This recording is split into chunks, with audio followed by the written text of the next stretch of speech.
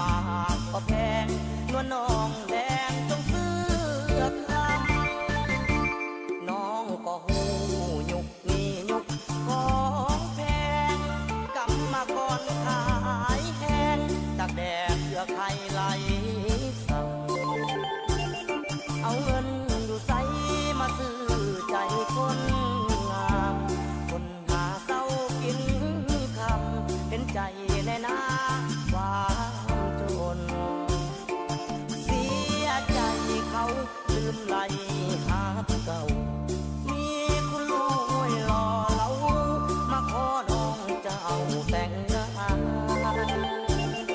ได้หับบัตรเชิญให้ไอ้มาร่วมงานพ่อแม่น้องคงซื่นบานส่วนไอ้นั้นมันน้อยใจจน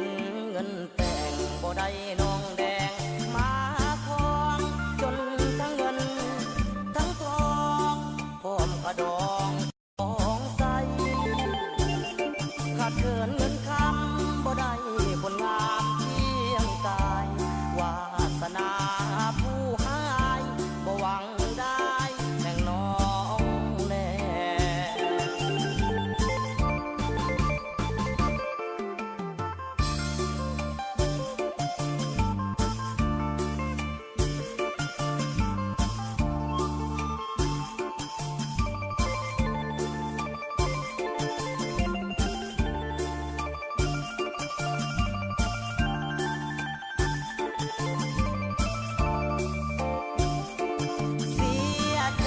เขาลืมไหลหาเก่ามีคุณลูกห้วยรอเรา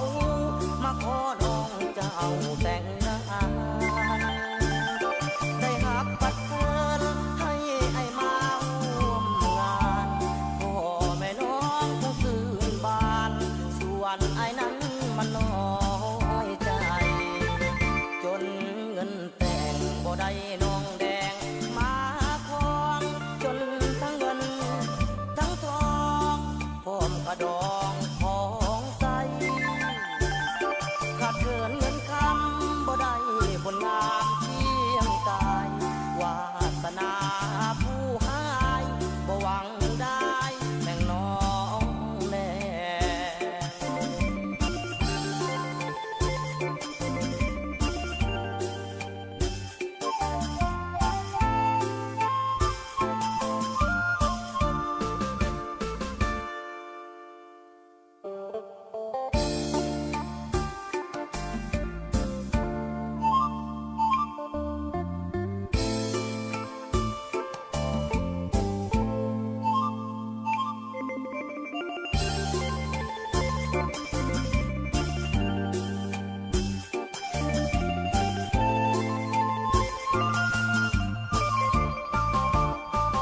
จนเงินแต่งแม่น้องแดงเห็นใจแน่นะไอ้ต้องขอเวลาไปสอกหาเงินแต่งสิควายโหมเงินไปมันหมายแก้มแดงเข้าก็ยากมากก็แพงนวลน้องแดงจงซื้อคำน้องก็หูยุกนี่ยุกของแพงกำมาก่อนขายแห้งตากแดดเพื่อใครไหลสั่ง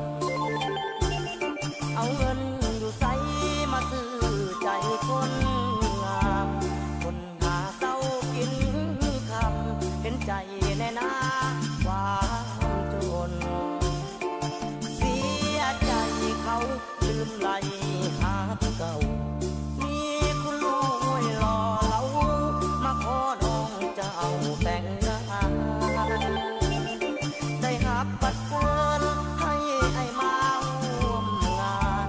พ่อแม่น้องคงซื่นบานส่วนไอ้นั้นมันน้อยใจจนเงินแต่งบ่ได้